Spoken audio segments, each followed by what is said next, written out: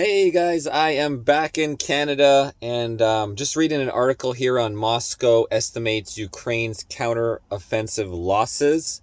Some 7,500 troops have been killed or injured in failed attacks since June 4th, the Russian Defense Ministry has said. So I wanted to read this article to you guys from RT News.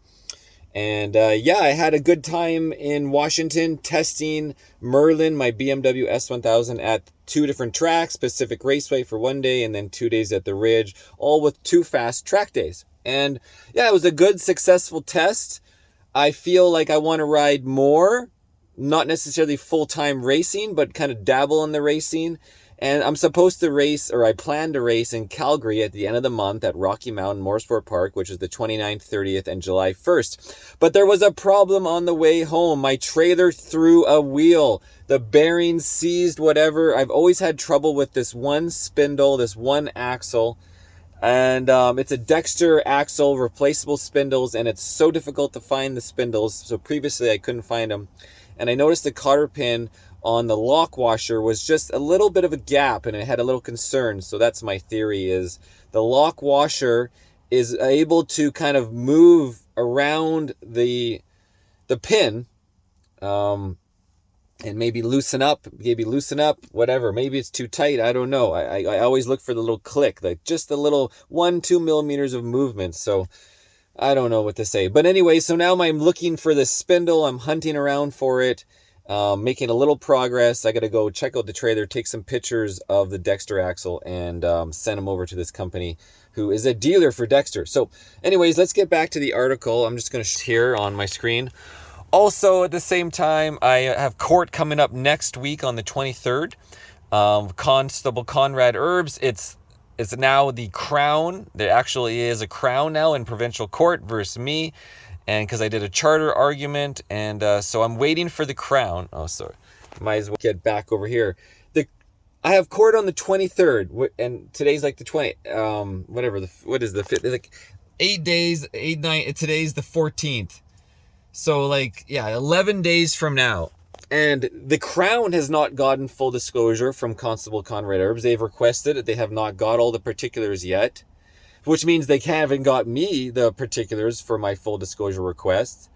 And they also have not got the audio tapes from the previous court in judicial justice, which they have to get the judge Burgess to sign off on, and none of this has happened. I talked to the Crown 2 weeks ago, and still 2 weeks later they have nothing. And yet we have court coming up in 10 days. So I'm like, what are you going to give me? Are you going to give me the full disclosure by Monday? And then I have 3 days to prepare my defense.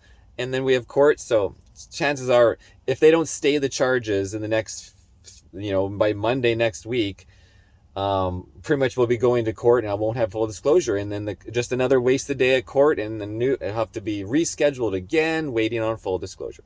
So let's get to the... So here, Moscow estimates Ukraine's counteroffensive losses. Oh, let me get this off the screen. So Ukraine has lost several thousand service members since launching its very anticipated counteroffensive earlier this month, Russian Defense Ministry claimed on Wednesday. In a statement, the ministry said that Kiev's forces have suffered some 7,500 killed or wounded, with the tally only including service members on the front line, and not those struck by Russian high-precision missiles and airstrikes deeper into Ukrainian territory.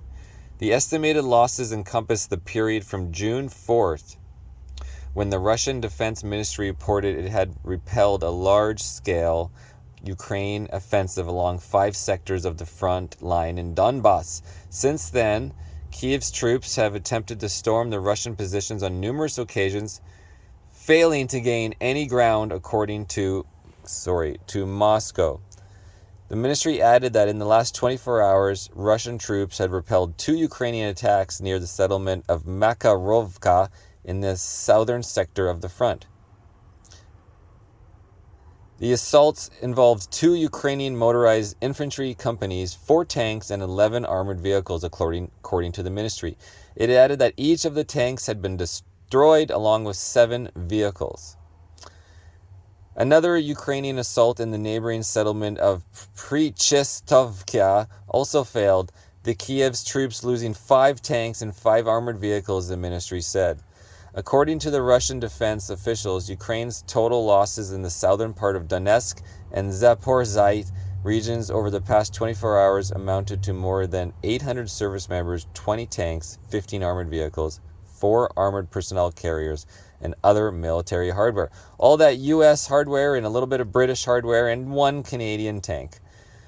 In addition, Russian forces conducted massive high-precision, long-range strikes on assembly areas for Ukrainian reserves and foreign mercenaries. Foreign mercenaries, there you go, guys.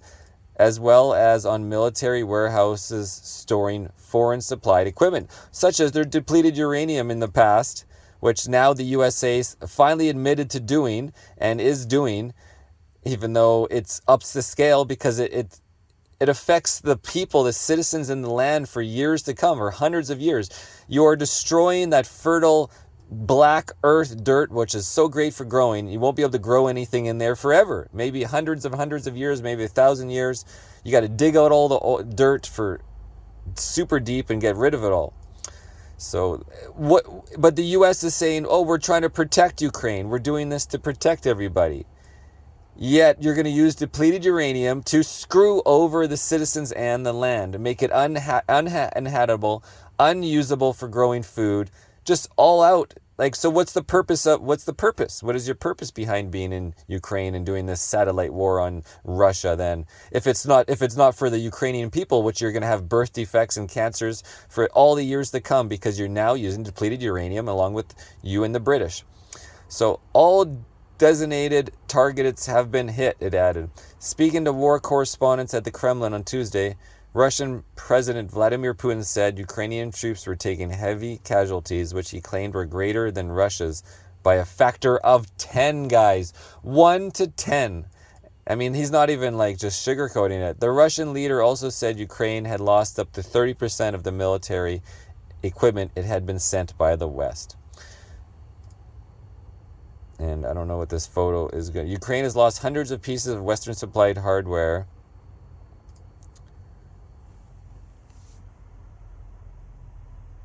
A Ukrainian Leopard 2 tank and several Bradley fighting vehicles destroyed by the Russian forces in Russia's Zaporizhzhia region. Yeah.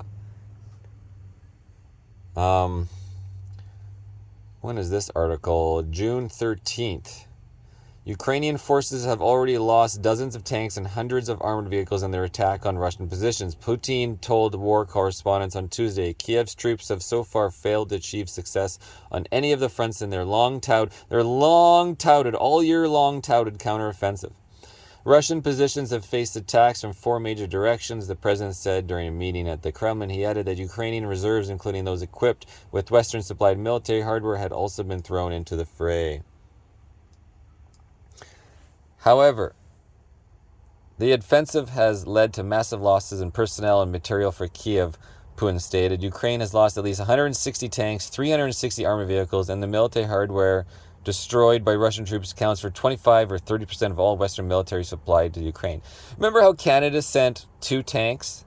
2 tanks out of a possible 130 tanks destroyed, or 160 tanks destroyed just in this time period. There are also losses that we do not see, which are a result of long-range high precision, just like the previous article. Putin said Russian casualties 10 times lower than among Ukrainian.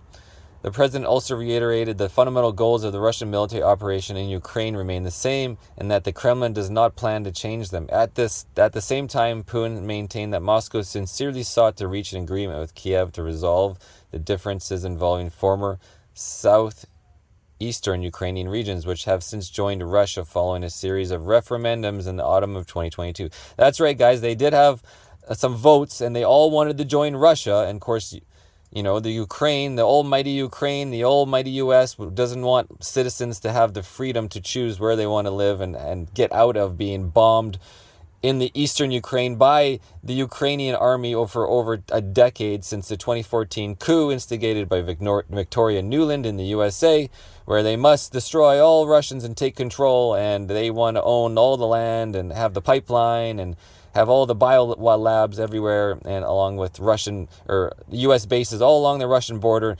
No, it's kind of reminiscent of the Cuban Missile Crisis, but no, we're allowed to have all along everybody. The U.S. has bases all over the world, missile bases on everybody's border, guys. It's ridiculous. The Russian Defense Ministry has reported that Ukrainian forces have lost dozens of military. Okay. Anyways, guys, that's it.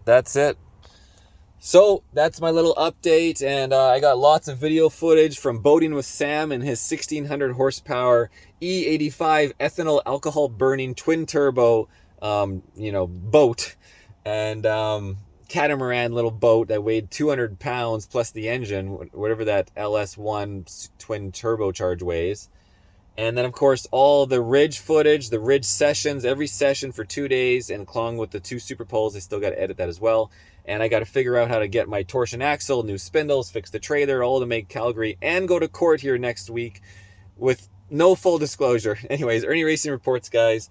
Today is, again, June 14th here. Cheers.